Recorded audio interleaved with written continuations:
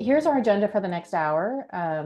First, we'll hear from Will Atkinson, Senior Associate on RMI's strategy team, who will share the key findings of our recent report that we're here to discuss today.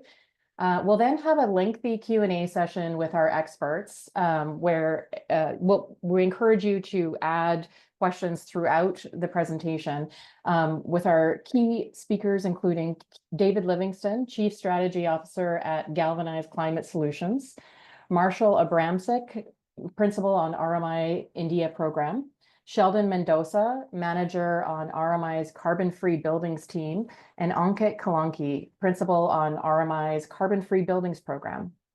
Again, please do add your questions as Will is going through the findings. So as you have a question, feel free to add them early. And then we'll direct them to our speakers based on their expertise in buildings, clean energy projects in India, and India's investment opportunity. And as a reminder, if you haven't read the report yet, we'll drop a link in the chat now, so you'll have that as a reference as well. And Will, I think we can pass it over to you to share the findings of the report. All right. Thank you, Mariah. Looking forward to diving in to these findings in the next 15 minutes. This was a collaboration involving many people, including 10 plus members of our India team, as well as several from Galvanized Climate Solutions and the prior work of many others. And to preserve time for questions, I'll be showing just a subset of the slides from the report. But as Mariah mentioned, you can find the full thing with a link in the chat or by searching Empowering India on the RMI website. So overall, our research shows that it's time for a different mindset for India. The pace of clean energy growth was surprising, honestly, even for us, and much more is possible with the right investment. Compared to other areas, India has a unique mix of strengths, whether it's the unparalleled growth or lower cost of many technologies, as well as good momentum across policy and innovation. So let's dive deeper with some motivation and context first, and then covering past progress and how to accelerate. So first, the growth story. According to the International Energy Agency, or IEA, India's demand sources are set to double or triple or even more, including as much as 9 times as many air conditioners by 2050. Now, this is not a luxury. Extreme heat is getting worse, and residents need that cooling. We heard from Tarun, our colleague in Delhi on Tuesday, and from Marshall, who's there today, that in Delhi, it's almost 45 degrees Celsius today, which is around 110 or more Fahrenheit. And if you couple that with the humidity, this is real dangerous heat that people are facing and that they need cooling for. So with that demand, we could see a near doubling in demand for final energy, maybe a near tripling for demand for electricity by 2050, and therefore the opportunity to really scale clean energy as part of this. Now, because India is so big, the scale of this growth is unmatched across the world. Nearly half the world's growth in steel production, for one example, could come from India alone, as you see in the top left. It's a similar story for buildings and other metrics. And again, this shows an immense opportunity to build things right the first time, as Sheldon will go into later. India's projects are also at a different scale. It's not just these big numbers, but also the project level. The Khavda Renewable Energy Park in West India is more than 4 times larger than the largest project in the US and Europe. It's a similar story for green ammonia in industry and for urban growth more generally. So again, this translates to a larger opportunity. But we do need more work to actually meet all of this growth. Here's one example from the grid. In the last few years, demand has been growing faster than supply. And so we see a shortfall when it comes to meeting peak demand. Now, even if all of planned thermal and hydro capacity were to be built on time, India could still see evening power shortages of 20 or even 40 gigawatts by just 2027, a couple of years from now. This is according to the India Energy and Climate Center. So yeah, to meet the demand reliably and cleanly and affordably, we need to overcome barriers across finance and deployment. But thankfully, we do see a lot of progress. And at RMI, we talk about 3 main drivers of this. First, we have renewable energy to supply clean electricity. Second, we have electrification to run the economy on that electricity. And then, of course, we have energy efficiency to manage the amount that is needed. I'll step through each of these in turn. And actually, I want you all to think before I do. So we're going to talk about clean electricity first. I'm curious if you could all think to yourself, what fraction of investment in the power grid do you think is going into clean sources in India today? Have a little think and see what you think for a moment or two. And so it turns out that that answer is more than 90% of power investment going into clean sources. This surprised me for sure, and I think many of you probably as well. But it turns out that we have seen a doubling in clean electricity investment just in the last 5 years. And then we're also seeing, of course, this switching to clean as we go as well. This investment has helped renewables become highly cost competitive. And so already in 2025, analysis from Bloomberg New Energy Finance, or BNEF, finds that the new solar and storage power plant combos are cheaper than new coal. And new solar on its own is even cheaper than existing coal. So this price advantage is expected to grow further as the costs of solar and wind and batteries keep declining. Now, lower cost usually means higher deployment, and we're certainly seeing that for renewables and batteries in India. Solar installations nearly tripled last year, as you'll see on the left, and they rose more than 10 times on the right for battery-grade storage. We think this growth will keep going to some degree as well. Now, here's the even better news for India. This growth is increasingly powered by domestic manufacturing. India, it turns out, is already a net exporter in terms of solar modules and wind generators, and it's on track to do the same for batteries, as we see on the right, if those announcements get built on time.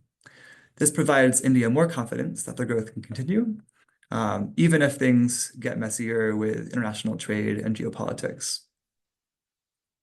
And across all these trends, we see that there are real on-the-ground examples that are actually pushing this progress. One example is the great case of rooftop solar in Varanasi, as we saw recently from an article by the RMI India team. We see that their rooftop solar, the number of installations has grown 15 times in the past year. And it's not just because of these macro tech trends or cost declines. It's actually a concerted effort across national policy as well as local action, including engagement of consumers and market vendors and finance and all the rest. So those are some examples with renewables. Let's turn also to electrification as well as energy efficiency. On electrification, we see that India is growing fast, often 2 or 3 times faster than other regions of the world. This is true both for baseline access for electricity on the left, as well as the share of energy from electricity that we see on the right. And we know that with improvements in both, we can see clean electricity powering India's growth. One key example of this is in electric vehicles. EVs have already saved India billions of dollars every year in terms of oil imports. And this is actually led by the expansion of electric scooters and other 2- and 3-wheelers, as we see with that yellow on the right. But we do see initial progress across vehicle types, even across trucks. And Marshall team and others have been releasing lots of reports on the RMI websites about how we can accelerate this. We see a similar story with energy efficiency. Now, this surprised our team too, but it turns out that India has been a leader across emerging economies in terms of recent improvements in efficiency. This is due to a really comprehensive effort across sectors, ranging from the world's largest zero-subsidy LED program, as well as the Perform, Achieve, and Trade scheme, which is a market mechanism for industrial efficiency. We also see key policies ranging from building codes to vehicle efficiency standards. So there's lots of action going on here.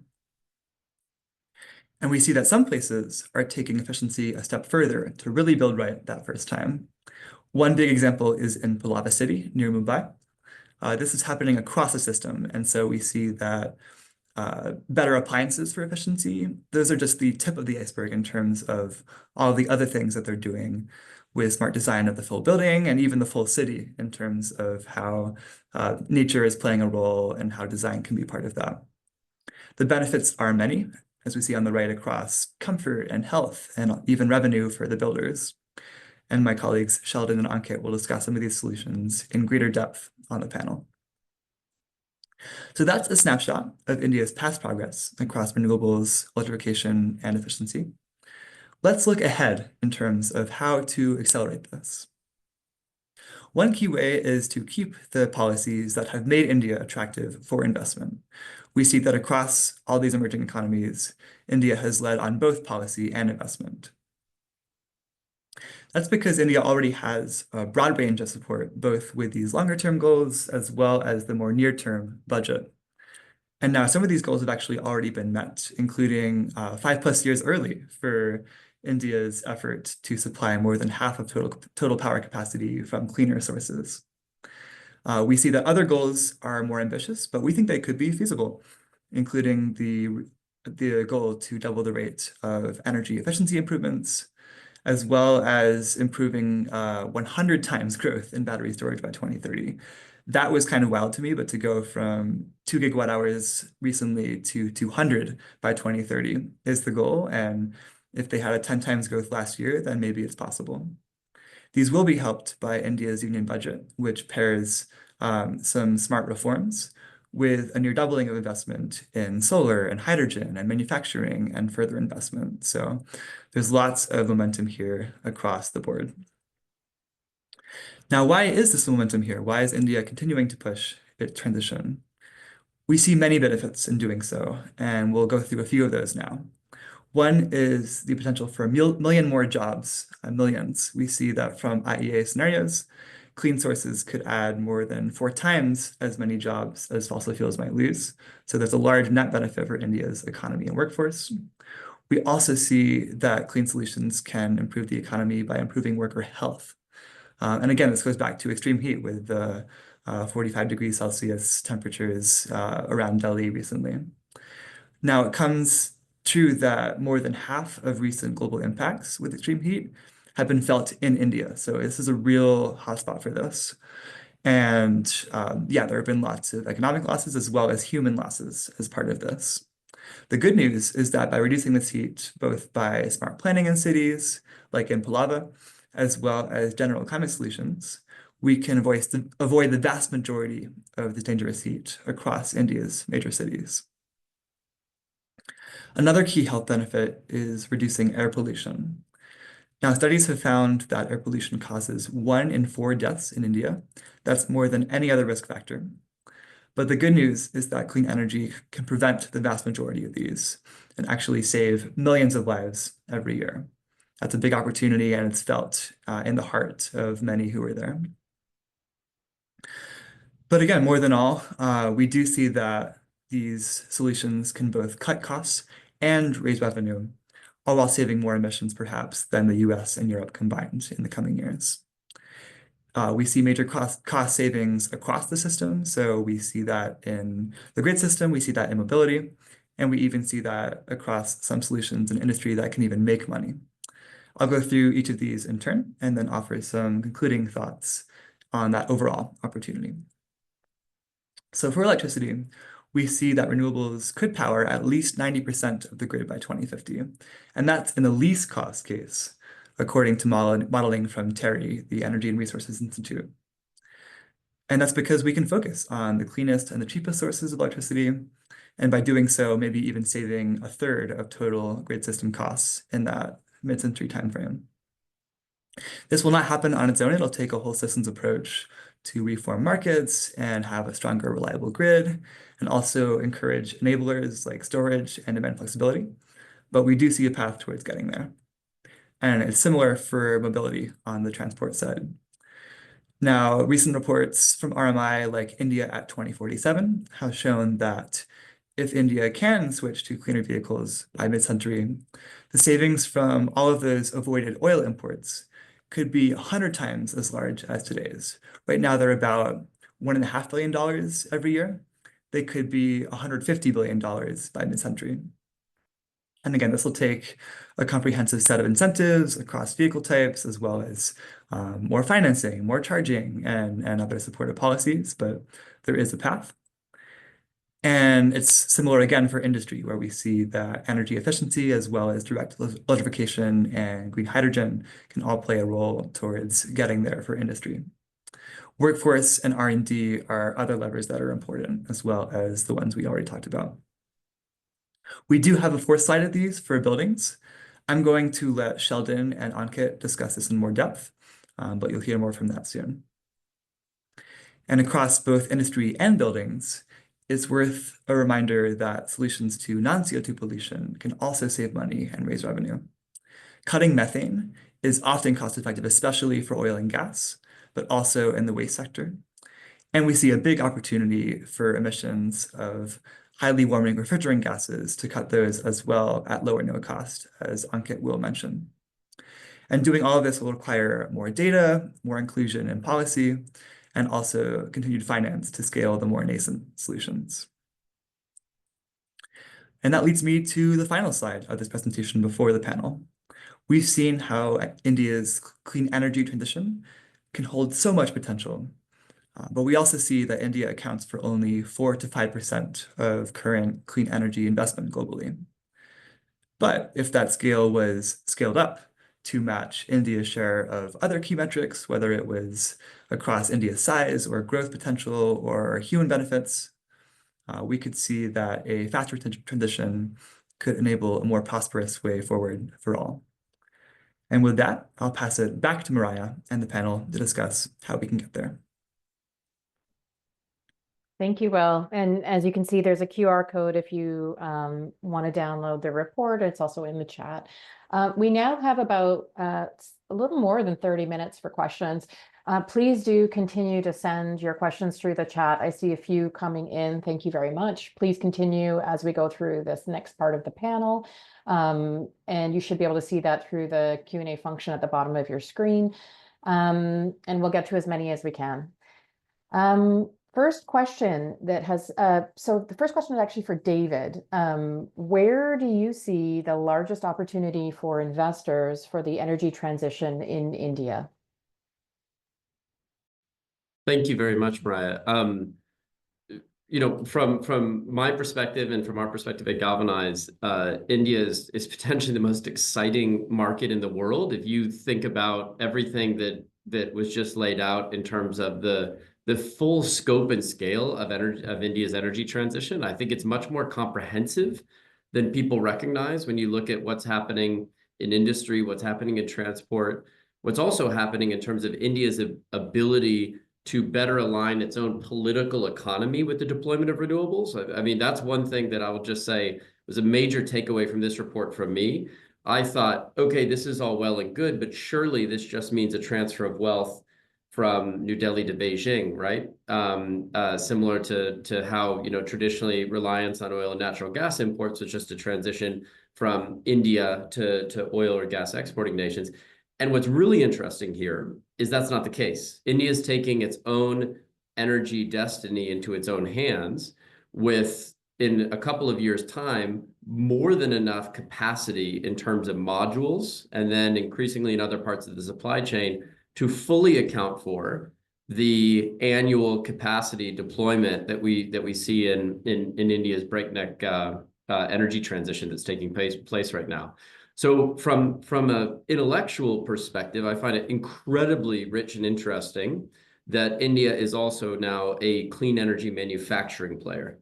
And in the world of the energy transition mapped to the geopolitical world that we live in, which is really a perspective that, you know, that I take quite a bit of time thinking through, given the time that we spent in government, both working on trade issues as well as a senior advisor to Secretary Kerry in his role as special envoy. If you think about that, India is very uniquely positioned, and that role that it plays in global clean energy supply chains and manufacturing is one which is set to only grow further for both economic, again, and for security and geopolitical reasons. I think that's incredibly exciting. I also think that as India reaches higher and higher levels of renewables penetration, and from an investment perspective, there's also, I think, just enormous opportunities in energy storage, in grid enhancing technologies as well, in grid flexibility, in getting more capacity out of existing power lines and deploying new power lines and new grid expansion faster. The sort of ancillary suite of value-added products and services in the energy transition that come into play once you reach a certain level of renewables penetration. India is looking at that point as we reach the end of this decade, and it's an incredibly enormous, rich market for those supporting products and services as we get there as well. Really great insights. Thank you, David. And we're already seeing lots more questions, follow-up questions for you in the chat, but we're going to come back to you. So we're going to go through the other panelists first, and we'll ask some of those questions next. The next question is actually for Marshall. Based on your experience, what are the key elements that are needed to scale projects on the ground? Absolutely. And thank you, Mariah. I've been working in India for about 10 years. And over that time, and Will alluded to this in his presentation earlier, and of course in the report, India has made significant progress already on the clean energy transition and will, of course, continue to do so. I think a lot of this has been driven, in my mind, by what I've seen over time is clear market signals and bankable revenue stacks. And so let me break that apart a bit. We've seen the slide previously. India has done a great job in setting ambitious targets. We look at the renewable energy, 500 gigawatts by 2030, of course, across vehicle electrification, targeting 30% of EV sales by 2030, and same for all the other industries. Green hydrogen, 5 million metric tons by 2030 as well. So setting these targets and then backing that up with supportive policy. David, you mentioned that India is very much doing this domestically, and I think that's been a large point about how do we best drive the clean energy transition while also supporting the domestic economy. And that comes by building those domestic supply chains and ensuring that manufacturing is done in India. On the EV side of things, we have the faster adoption and manufacturing of hybrid and electric vehicles, phase 1 and 2. Now PME drive that has long supported EV proliferation and deployment of the critical charging infrastructure. And then the production linked incentive schemes is, for the solar, the renewables, and the vehicles and other components, is ensuring that subsidy is applied based on the development of manufacturing in country. So I think that's definitely one component driving it. And then building on that, we've seen India really rely on what I'd call like smart procurement with specific solutions to overcome common challenges. And so they're leaning in on aggregation and bulk procurement to really drive economies of scale and standardization of specs. And this is helping, I guess, essentially mitigate risk. And so a common example we've seen is recently the Energy Efficiency Services Limited, EESL, supported the adoption of LEDs. And they did so by creating economies of scale for manufacturers. And what we saw in a matter of 4 to 5 years was prices for LEDs lowered by about 85%. And then for consumers, they built a program where this pay-as-you-save model helped to manage for the upfront costs. And we're seeing the same thing in EVs and renewables. The Convergent Energy Service Limited is using a gross cost contract model paid by kilometer to support electric bus procurement. And what this is doing is it's really shifting the operational and financial risk off the public transit agencies to the private operators. It's reducing the fragmentation in procurement and also the higher upfront cost of buses. And then for solar, the one agency is supporting basically round-the-clock renewable energy procurement. And in this bundling of different power types so that there's uninterrupted power and making sure these projects are bankable given the strict financial and performance guarantees that exist. And then so I guess what we're seeing here is a blueprint emerge. In the early stages of development, the government helps support risk reduction with capital policy or infrastructure support, and then invites the private entities to help scale. EESL put LEDs on their books and then created the market for the private sector. There's talks of green public procurement for steel and cement, where the government will stoke demand via government-based projects to then flood in private response with volume signals and price signals. So I think those are a few things. And of course, what David cued into so much of the financial components as well, where we're bringing in additional private sector financing, have been instrumental in scaling this in India. So thank you. Great insights as well. We're going to shift gears a little bit from sort of the macro to a little bit more around the built environment. So the next question is actually for Sheldon. Your work, you recently published a report called Build Right the First Time by RMI. How does the findings from this report relate to what was just presented? Thank you, Mariah. And I wanted to thank Will for a wonderful presentation. I think there's a lot that resonates, right? Like if you just take a step back, buildings account for about a third of the entire energy use in India. If you add building materials, that adds another 10%. So 30 to 40% of the final energy use happens in buildings or allied sectors. Buildings also account for about 25% of the emissions annually in India. So building represents sort of a really big piece of this puzzle, right? Our analysis in Build Right the First Time suggests that India is going to double its built up space over the next 25 years. A vast majority of that space that's going to be built up is being built right now and over the next 25 years. So by 2050, the vast majority of buildings that are going to exist in 2050 have not yet been built. So in our report, what we do is we take a data first approach, and we've identified 5 high impact interventions that are focused on cooling needs and are focused on building materials. And I can talk a little bit later about why we focused on those interventions, so that India can not only just build fast and sort of build out its housing spaces for a very highly urbanizing country, but also build low carbon and resilient communities. So a lot of the information here actually relates directly to buildings. Thank you very much, Sheldon. And we're just sorting through bear with us while we sort through all the questions in the chat, and thank you. Do keep them coming. The next question is actually for Ankit. You also recently led the publication Bringing Super Efficient Air Conditioners, and Will talked a lot about air conditioning and how important that will be to energy demand. Can you speak a little bit about the field testing in India, that you used field testing in India as a case study? What's needed to really scale this efficient cooling in the global south? Yeah, thanks, Mariah, and hi, everyone.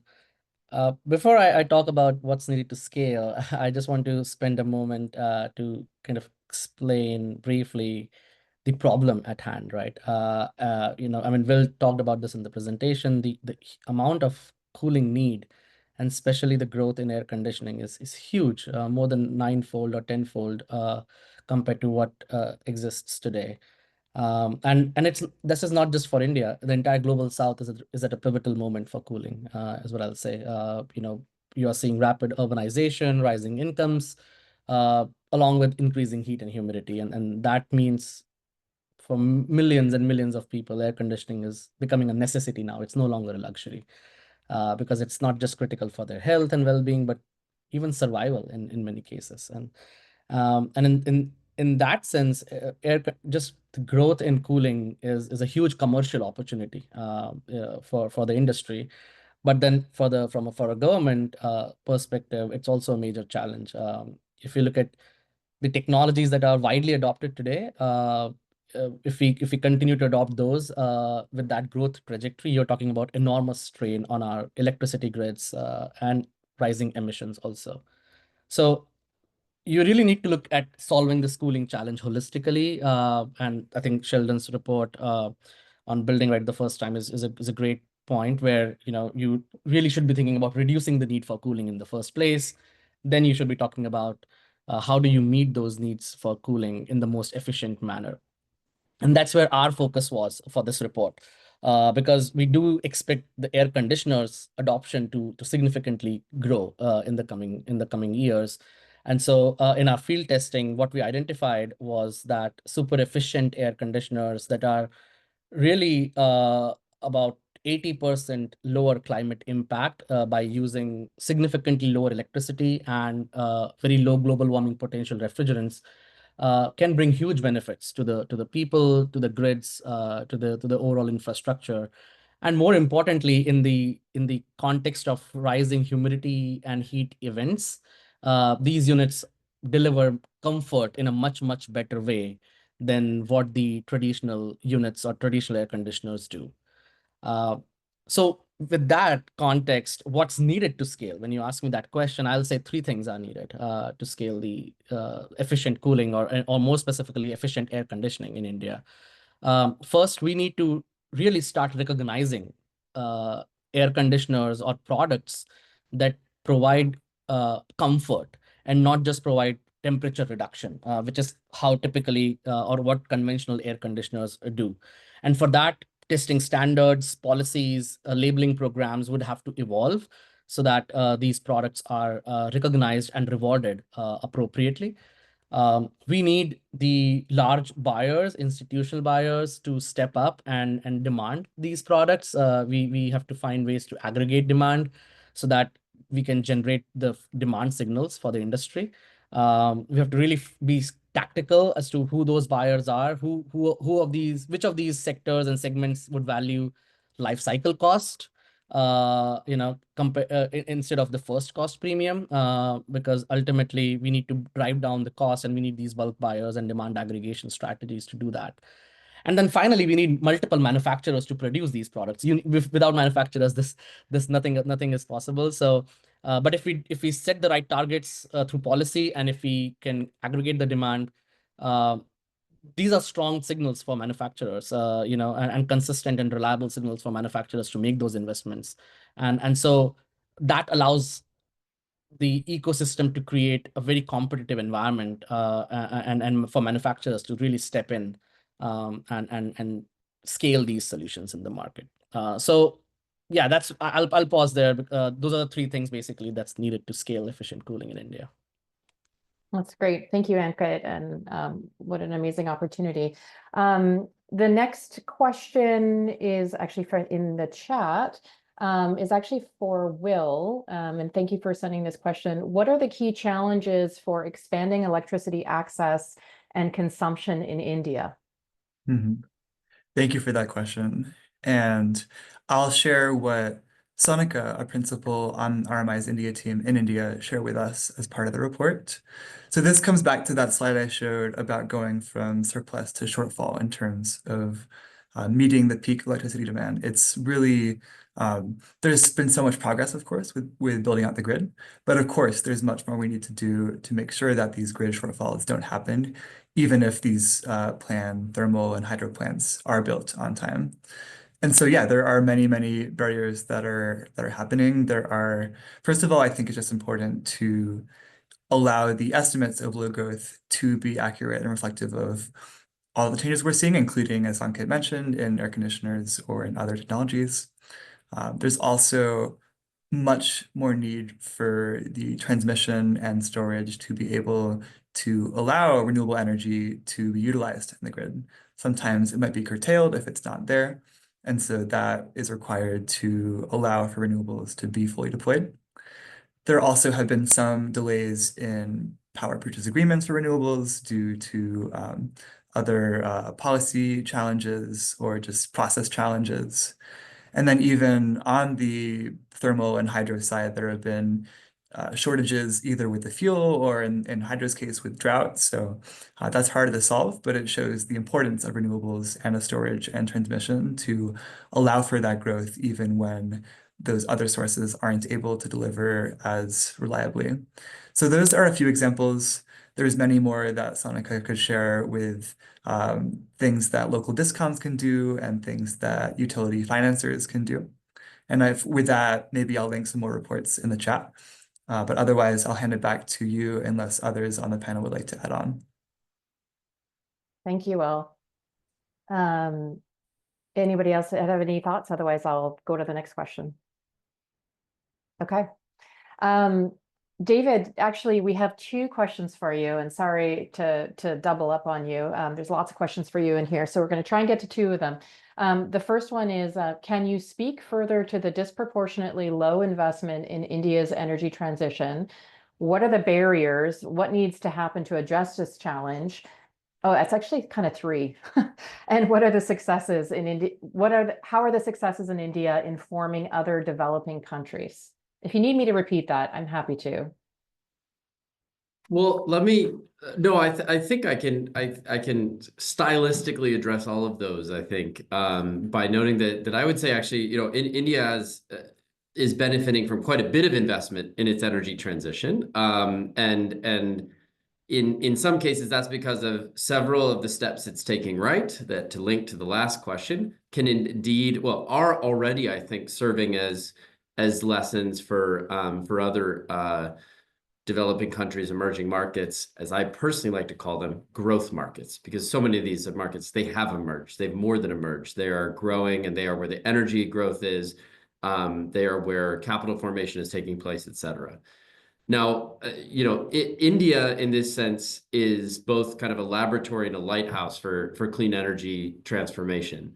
A couple of the things that are worth highlighting: using the power of demand, using the power of a large market. Not every company can replicate, not every country can replicate this, but obviously countries that are smaller can replicate this with cooperation to create larger markets, as countries in Europe have done through the common market of the EU, as others are exploring in Southeast Asia through ASEAN and APEC, et cetera.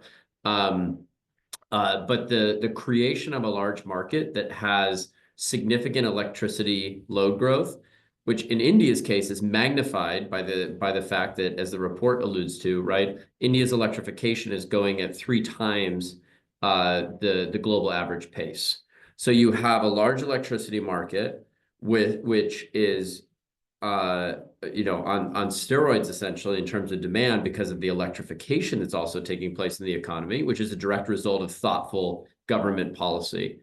That allows them to be able to use their market power to both have access to cheap inputs and to have economies of scale in deploying clean energy technologies. And it also allows them to be able to attract investment into domestic manufacturing in areas where they have enough of a comparative advantage and enough competitiveness to be able to build those out and have those industries be durable and sustainable over time, right, without limitless government subsidy. So I think that's one lesson. You see that being adopted in certain other geographies as well. I think Indonesia is one I would point to that's taking a similar approach. The other thing as well that India recognizes, again, a holistic energy policy where considerations over security of supply, domestic or trade balance of payments, domestic energy needs, strategic sectors, and again, supply chain, manufacturing, and FDI, all of those questions are linked together. And you're starting to see that as well. I would highlight in places like Philippines, right? Philippines has some of the highest wholesale electricity prices in the world.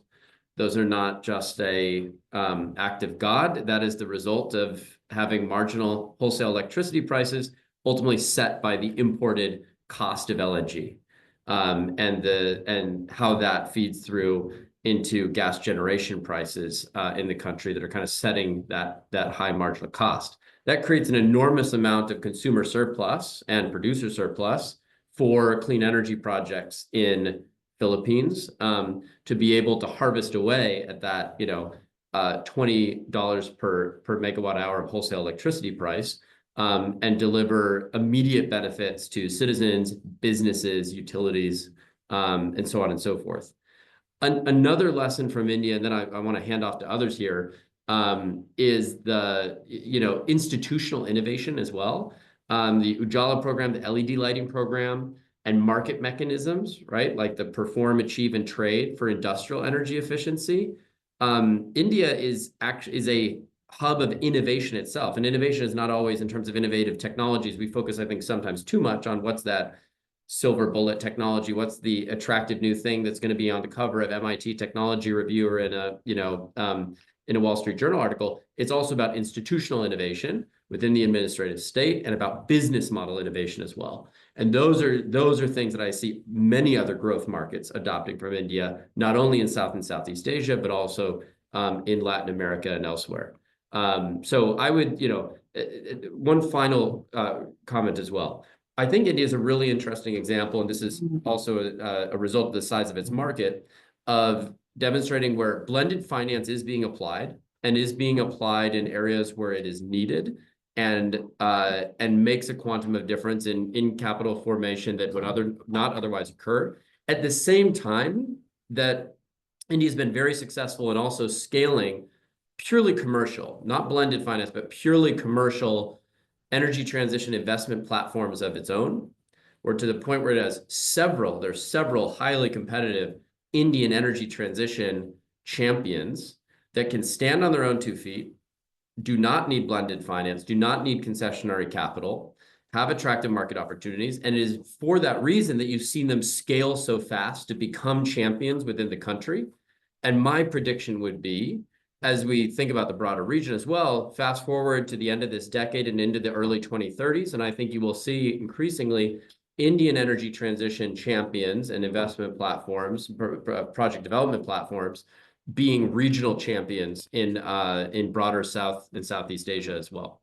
And that does not happen if you apply, let's say, a concessionary blended finance sort of approach for too long, because you do not get the sort of escape velocity and the scale that India has achieved by embracing the commerciality of its energy transition, which to me is the core ethos of this report. So multiple different components to its success, but I think several things which are other countries can learn from, even if they need to adopt them for their own local context.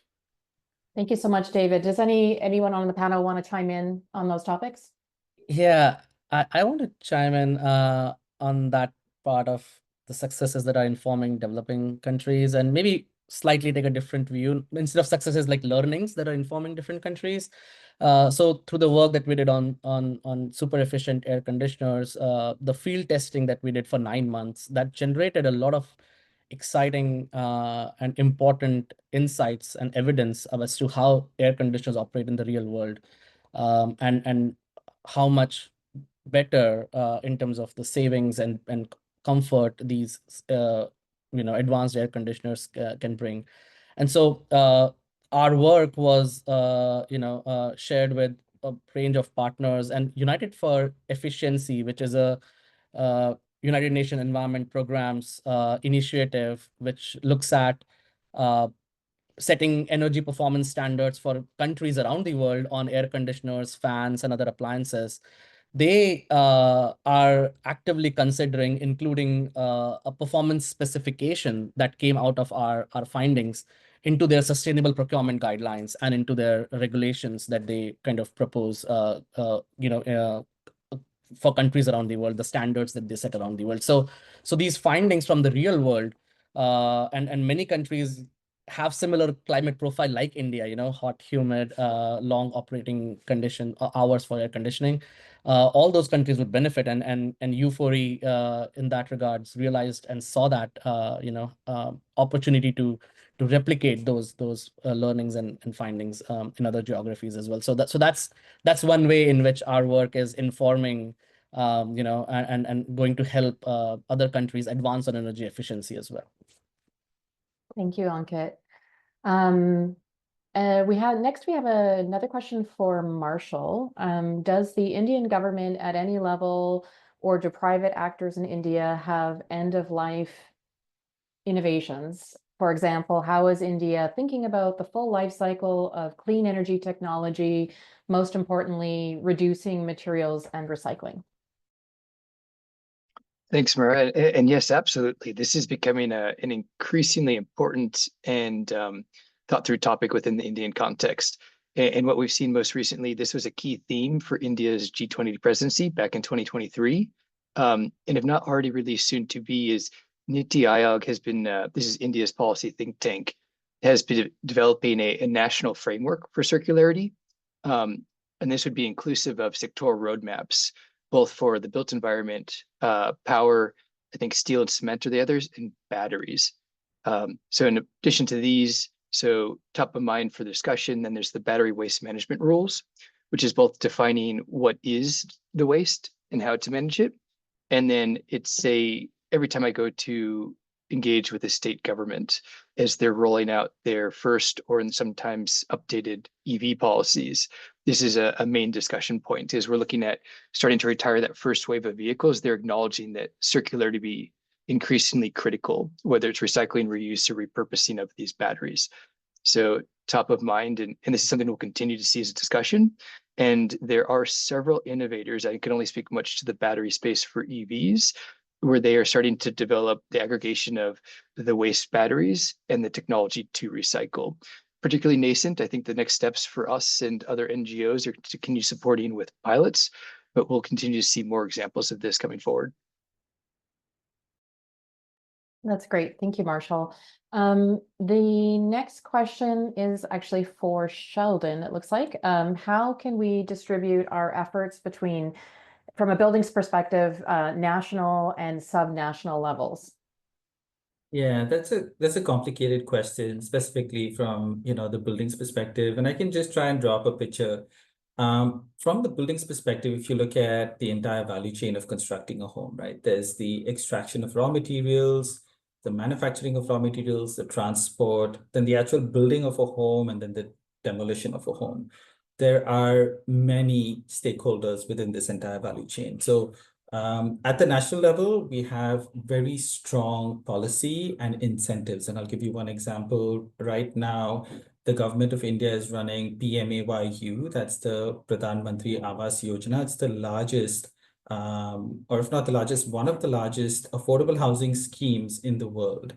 Over the last 10 years, through this scheme, the government has built over 10 million homes. That's over 1 million homes per year. And it's projected to double that amount of homes because of the need for homes and in a rapidly urbanizing environment like India. While there is this national level sort of push, the implementation of this is actually demand driven, which means that it actually goes down to the states, and from the states it goes down to cities, and from cities it goes down to ULBs, which is urban local bodies. The government in India is not in the business of building homes, so we have to take into account that actually a lot of these homes, while there is sort of a push from the government, they're being built by either the private sector or the individual homeowners. And so if you go down that value chain, right, from national to subnational to urban local bodies, there are a number of stakeholders. And RMI's ground team in India, led by Tarun, is actually working with all of these stakeholders, not only at the policy level, but also at the implementation level. We're working with industry partners. So, I'll lead back to our Build Right the First Time report, where we're working with real estate, some of the largest real estate players in India, vertically integrated, building homes at a large scale. We're working with them to try and integrate some of these solutions within their developments as well. So it's a multi-pronged approach. It is sort of national, subnational, and local approach, as well as including the private sector. Thank you. The next question, I think we've got time for a few more questions. So the next one is actually for Will. What barriers to increased investments, particularly in clean energy manufacturing space, have you identified? How might we overcome those? In particular, how much, if of the cost of capital, is driven by country risk as opposed to perception of technology risk? I wish David was still here. He had to leave early, but we will try. And if others want to add on after me, we can. So one risk that I have seen in some of the IEA investment reports and others has been just the risk of payment risk with local utilities in terms of building out clean sources. A lot of the investment actually has come from domestic sources thus far. That said, we are seeing more and more investment from international sources. And we're also seeing many reforms that India is taking to address these challenges of payment risk and to allow more attractive investment for renewables. So these include there's a payment security system, payment security mechanism of the Solar Energy Corporation of India, which is doing several things, including having a security fund and state government guarantees to allow investors to feel more confident in their investment. And so we do think that, again, the opportunity really is here right now.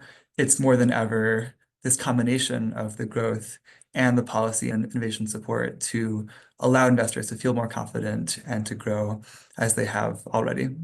But if anybody else has more to add, feel free. Yeah, Will, if okay, I can add a bit more. And great example. I think, the government's doing quite a bit to de-risk these investments. Another big component, something we've been focusing on quite a bit, is educational, is helping financiers and others understand how to best value these assets, especially given that they're particularly nascent in the markets. There yet isn't really a secondary market when it comes to things like EVs, so it's very hard to understand the resale value. I think a role that RMI plays and other NGOs is to help inform them of how best to value these assets, to further understand that this can be a good financial decision and how best to then invest in it. So just one example of a pathway forward in my mind. Thank you both. I think we have time for one last question. And thank you again for everybody for putting your questions in the chat. And if we don't get to your question today, do feel free to reach out to anybody, any of the speakers, or to the contacts that you get post webinar, and we'll try and address them for you. The last question is for Ankit. What is the opportunity for India to innovate and become a key player in the air conditioners market in terms of production and exporting technologies? Okay, short answer is huge. There's a huge opportunity for India. I think India is at the cusp of a major, overall opportunity in the AC sector, be it commercial, be it residential. And it's because of not just the rising consumer market, rapidly growing consumer market, but also over 3 billion air conditioners will be sold globally.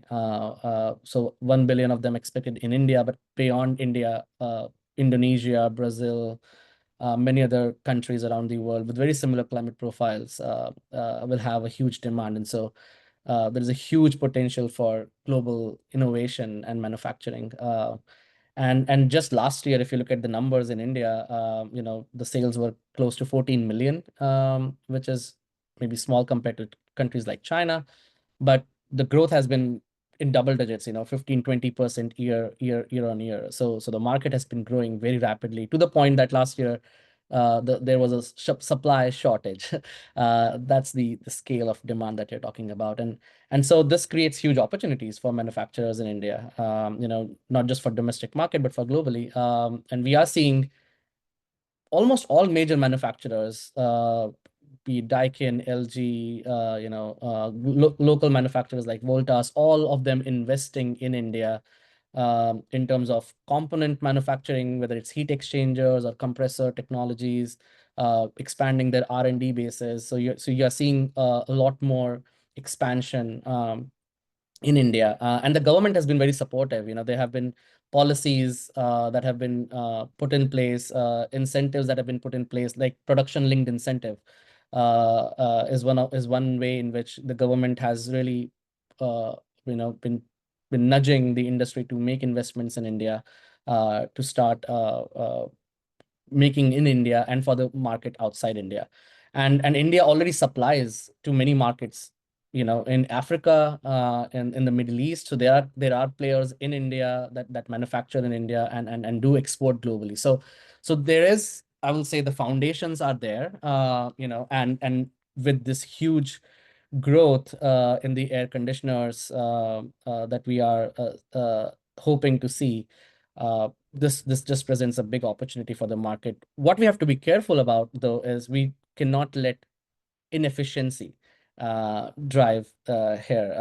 Again, like I mentioned in my previous response, if conventional air conditioners continue to get sold, that will put a huge pressure on the grid, and not just for India. That will be a problem for other countries as well. And so we have to make sure that the policy ecosystem that is supportive of efficiency and the incentives that are brought in place really push the market and push the manufacturing ecosystem towards making super efficient air conditioners, so that it's a win-win for everyone. Thank you, Ankit. And I just want to say thank you to, first of all the speakers for sharing these great insights and about the incredible opportunity that's happening in India, and sharing your on-the-ground insights and learnings. I want to thank everybody who joined us today. Really appreciate the questions. It was a very active chat. Thank you very much. I'm sorry we didn't get to everything again. We will try and we'll try and respond, or if you have any other additional questions, please reach out. Thank you everyone for your time today and have a good rest of your day.